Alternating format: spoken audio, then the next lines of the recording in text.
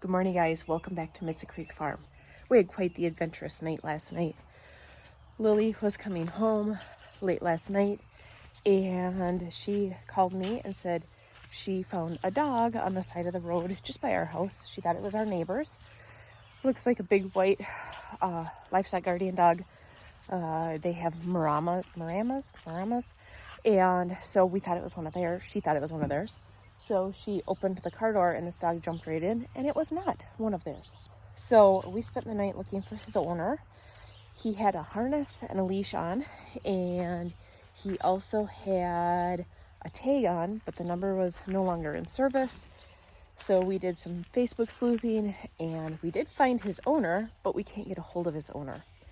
So when I called the sheriff's department and let them know, they told me that they actually have to send a sheriff's deputy out to pick him up, but because there was a big accident in the area and they were out dealing with this big call, neither our county or the county that we live right on the border of could come pick him up. So we said that we would just bring him in this morning.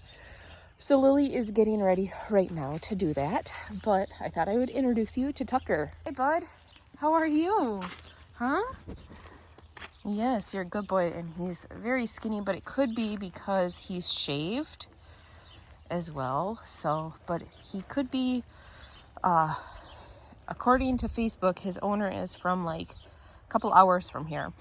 So he either could have escaped on vacation, his owner could have moved here, or he very well could have run.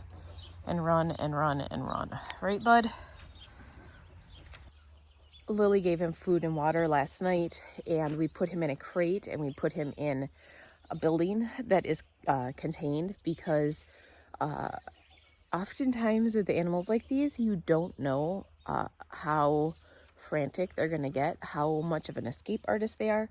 And sure enough, he totally demolished the dog crate. It's like a $200 dog crate. And because imagine a dog this size. Beck's probably about 5'6", so you can see that he is very clearly a big boy.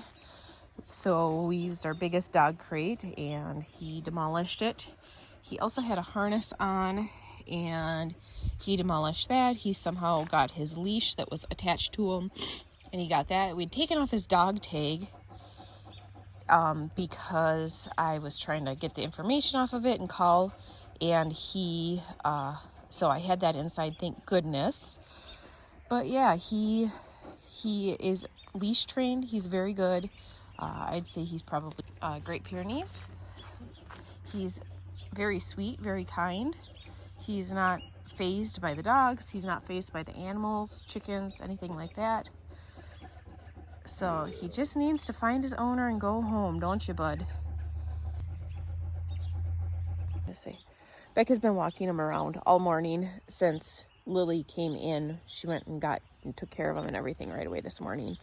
And so Becca's been walking him around so that we don't need to put him in another dog crate or something like that. We don't want him demolishing our last one, and just to keep him kind of stress-free. But he walks perfectly on a leash, and he hasn't barked. I had all the windows open last night so I could hear, and he didn't make a peep last night at all. So it really surprised me that he just kind of went crazy, but I also understand why. So yeah, we're just waiting right now. Lily's gonna load him up in the truck, and they are gonna go to the police department and drop him off so they can bring him and put him in a secure place till they can figure out what's going on with him. He's pretty skinny, but he is shaved. I'm gonna help you.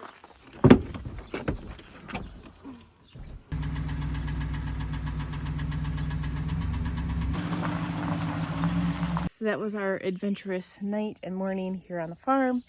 Thankfully, we don't get a lot of drop-off animals anymore because we've made it very clear that we don't want people's hand-me-down pets, and we do not want any drop-offs, and we have cameras at the end of our driveway, so if people are dropping animals off, we don't need to worry, like we have it on video. So because when you have a farm, people think that you can take all of their unwanted pets or animals, and so we've gotten chickens and cats, and the only thing we haven't gotten is dogs. We've had a lot of